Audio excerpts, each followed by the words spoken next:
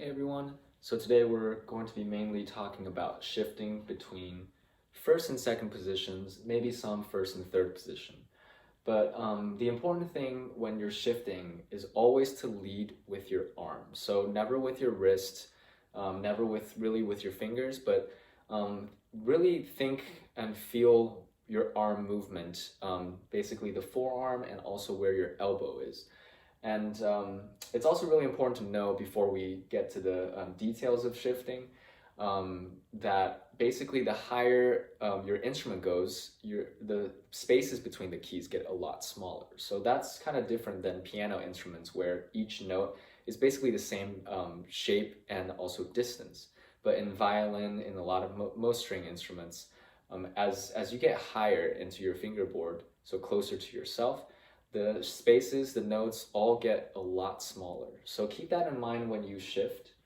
But let's start in first position. So when you're in first position, and I like to do most of my exercises like vibrato and shifting on the A string. You can do it on the D string too, basically whatever you're comfortable with. But if you're playing your first position, first finger, and you want to shift to your second position, you want to practice both whole step and half step shifting. So let's start with the whole step first. So we're basically going to shift with our first finger on the A string from B to C sharp, so whole step. And you want to try doing that first with a slur. So try down bow.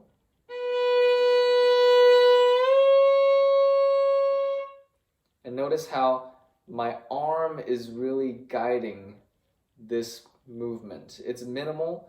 You're not really changing the angle of your hand.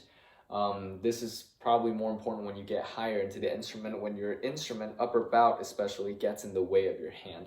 And also for cello and bass players, you kind of have to change your angle sometimes. But for violin in the low positions, all you need to do is move your arm closer to yourself. So keep your finger on the string, keep your first finger on the string, just lighten the pressure a little bit.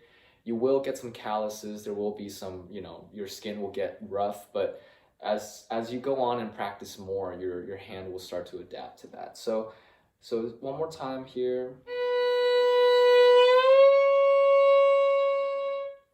And really feel that, okay, yes, it sounds like a slide right now. We will start to eliminate that sound later on, but try to find the intonation. That's the most important part when you're just starting for shifting. Find the intonation and find what each position feels like. They'll all feel very different and have a different hand shape. So once you're comfortable with that, then you start to break it down to two bows and really try to minimize the shifting or sliding sound. So here's exercise number 2 for the first finger.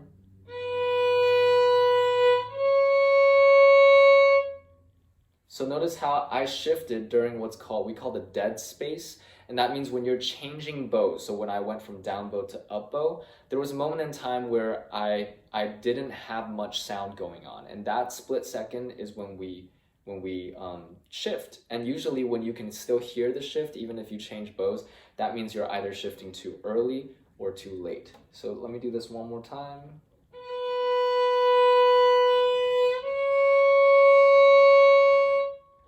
So that was already pretty good, but you can hear a little bit of the shifting sound because I started a little early.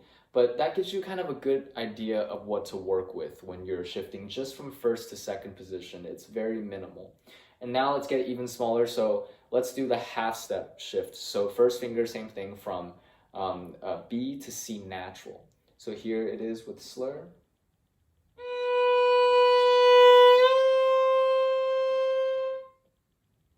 And here it is separate bows.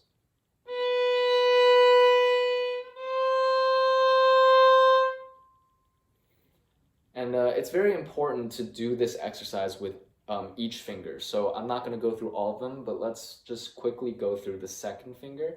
So let's try from C natural to D natural. First position to second position.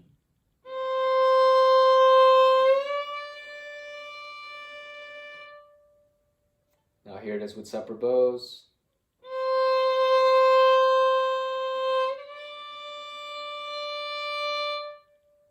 Now here's the half step version of that, which is C sharp to D natural. So high 2.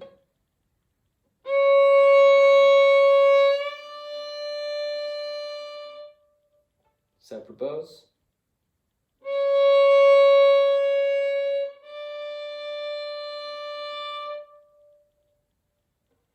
So you want to, as with vibrato as well, you want to continue that with all fingers. So 1, 2, 3, and 4, and also practice on different strings.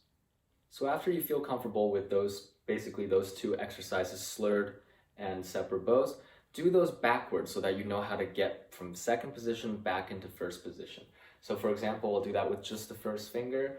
We'll go from C sharp to B natural. So here's C sharp in the second position, first finger.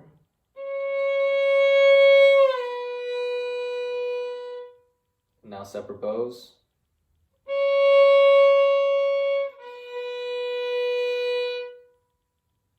And then do the half step version of that as well. So here's C natural to B.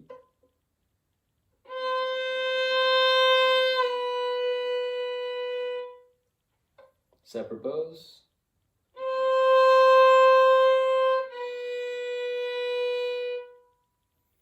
And these are kind of basic exercises, but they work really well for any position. So feel free to practice this with all fingers and all strings from first to second and also back. And you could do from first to third position or from second to third, for example. I'm going to play you the first to third position. So let's start from the same note, B natural, so first finger in the first position. And let's shift to D natural, third position. So here's the slurred version.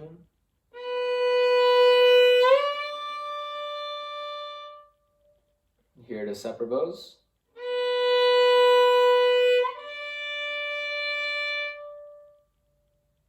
And notice how in third position, when I'm sliding, the palm of my hand doesn't really touch the upper bout yet. I like to do that when I'm in fourth position. So if you're not quite there yet for the first three positions, I don't recommend leaving your palm on the upper bout. And you can feel free to do that same exercise with second to third position. So here's C natural to in the second position, first finger, to D natural.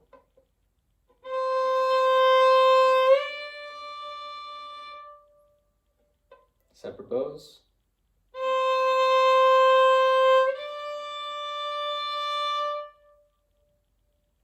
And then you would go ahead and do that with other fingers and also backwards from third to second position as well.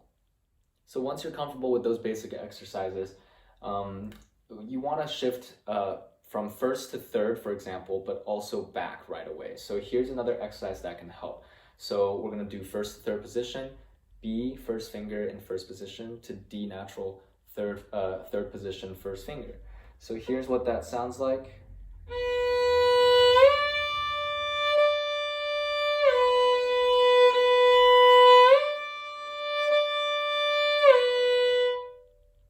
This is a little bit more advanced, but it really helps you put the first set of exercises together with the second set, where you're comfortable going back and forth between positions. And I would do the separate bows as well.